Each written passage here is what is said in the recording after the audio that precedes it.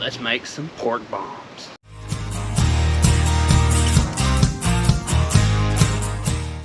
Hey YouTube, welcome back to Griffin Grills. I am Griffin, and today we got something special. We're gonna do what's called a pork bomb. And basically I've got one here that I can show you because I made these up ahead of time. Highly would recommend that for appetizers for a good barbecue. But basically it's a round of kielbasa that we put a jalapeno on, and on top of that we have a cube of cheddar cheese. So these are going to be cheddar cheese jalapeno pork bombs today. And to wrap it back up, you just simply wrap the one side, wrap one very close to it, the one away from where you originally started, and then you're left with just that one on the end. Wrap it up, take you a little toothpick, secure it, and now they're ready to go on the grill. Speaking of the grill, let's go see how we got that thing set up. Alright, so we're going to utilize the slow and sear today, but it's in kind of a different format than we normally would.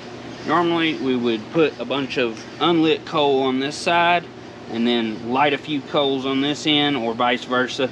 Light them in the slow and sear first and then fill it up. Lay our wood in there and it smokes continuously over time. I can attest that the slow and sear setup like that will run for multiple hours. I've done it before in the past. But today we just lit an entire chimney of charcoal.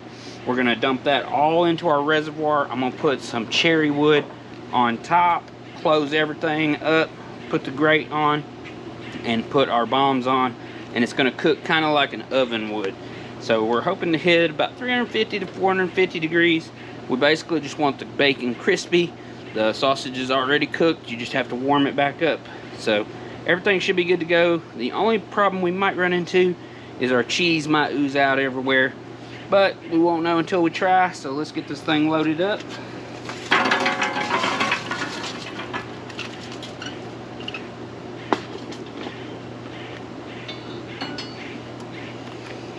I'm just going to smooth everything out. Now normally the slow and sear does have a 4-cup water reservoir there to help put some moisture into the cooking chamber, but we don't really need that today. We just want this to get nice and crispy, so we're just going to use residual heat. Alright, let's load our wood chunks in, or in this case, little thin pallets.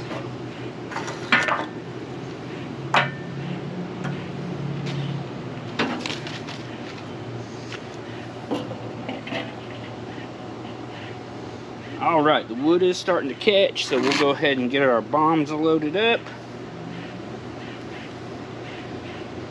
And I like the Weber grill because even with these tall toothpicks that I'm using to help secure it, that lid's got plenty of clearance.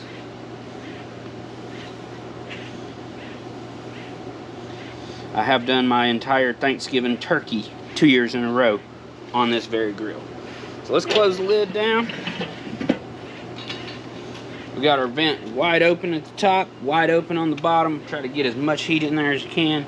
We'll keep an eye on it. Once it hits about 400, we may back down the vents, close them down. That way it cuts off some of the airflow. Alright, so it's been about 25 minutes. Let's check on our bombs. And that's exactly what I wanted, that nice mahogany color. Some of the cheese did leak out. We'll just push that back in there. And what I got here is just some barbecue sauce that I mixed together with some Worcestershire sauce and a little bit of apple cider vinegar, about a capful. I just wanted something to thin it out because we're going to take our bomb and dunk it.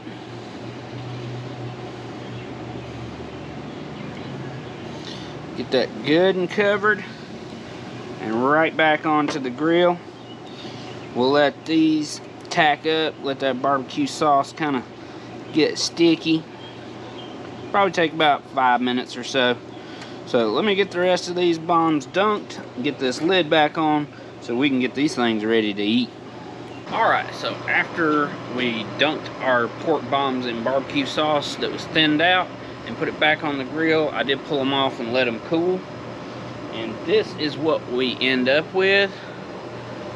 absolute perfection. Great little appetizer, little one biter right here, especially if you got one of these mouths from the south. You can get it open wide enough to get that in there. So let's try it, see what we think.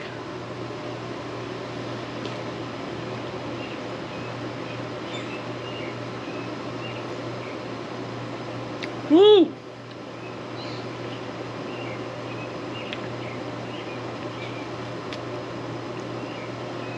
Bomb is right. That is packed with flavor. I was a little worried I was gonna season the bacon with some barbecue seasoning, but after dunking it in the barbecue sauce, I don't think it even needs it. That bacon and that kielbasa, a little bit of heat from that jalapeno. It's just one pickled jalapeno, so it's not anything too terribly hot. Cheese almost kind of gets lost, but there is a little creaminess in there. I guess that's where that cheddar comes in. But definitely recommend you give these a try. I also highly recommend that you subscribe to the channel if you're not already.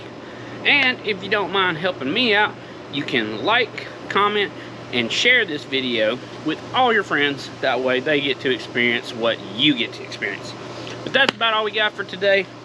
I'm gonna get these things inside, see how everybody responds to them.